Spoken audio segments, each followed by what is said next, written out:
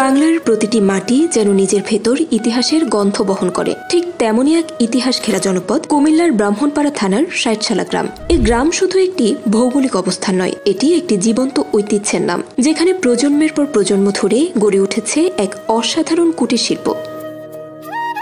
এখানকার পাল সম্প্রদায়ের মানুষজন যুগের পর যুগ ধরে নিপুণ হাতে তৈরি করছেন মাটির হাড়ি, পাতিল, খেলনা, ব্যাংক, ফুলদানি সহ প্রায় ৩০ রকমের বাহারি সামগ্রী। এই শিল্প শুধু তাদের পেশা নয়, এটাই তাদের জীবন ও সংস্কৃতির পরিচয়। এই শিল্পের শুরু হয় একেবারে মাটির কাছ থেকেই।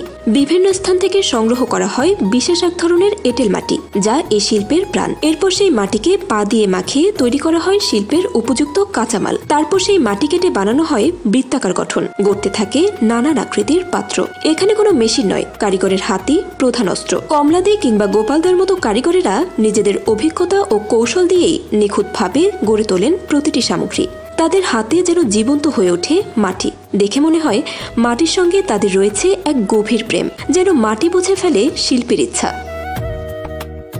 রোদ বৃষ্টি যাই হোক না কেন, এই কাজে কোনো বিরতি নেই। প্রতিটি মাটির বস্তু রোদে শুকানো হয় ধীরে ধীরে। এরপর আসে রঙের আলতো ছোঁয়া, যা মাটির দেহে এনে দেয় জীবনের ঔজ্জ্বল্য।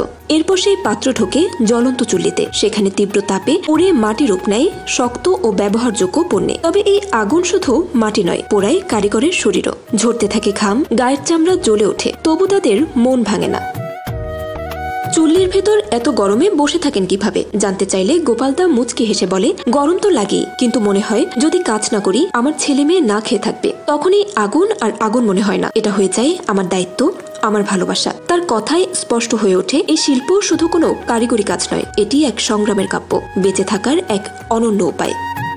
ষাটশালার এই শিল্পকর্ম আজ আর শুধু স্থানীয় বাজারে সীমাবদ্ধ নয়, বাংলাদেশের এক প্রান্ত থেকে অন্য প্রান্তে ছড়িয়ে পড়েছে এই শিল্পের খ্যাতি। প্রতিটি পাত্র, প্রতিটি খেলনা যেন এক একটি জীবন্ত গল্প, যেখানে মিশে আছে কারিগরের নিঃস্বার্থ শ্রম, গভীর মনোযোগ আর হৃদয়ের উষ্ণতা। এই কুটির শিল্পই তাদের জীবিকা, তাদের স্বপ্ন, তাদের আগামী প্রজন্মের আশার আলো।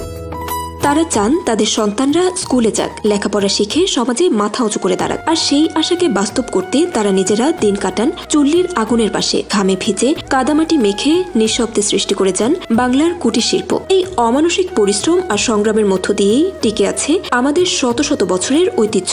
ষাটশালার এই কুটির শিল্প শুধু অতীত নয়, এখনো বর্তমান এবং আগামী ভবিষ্যতেরও এক অবিচ্ছেদ্য আশা।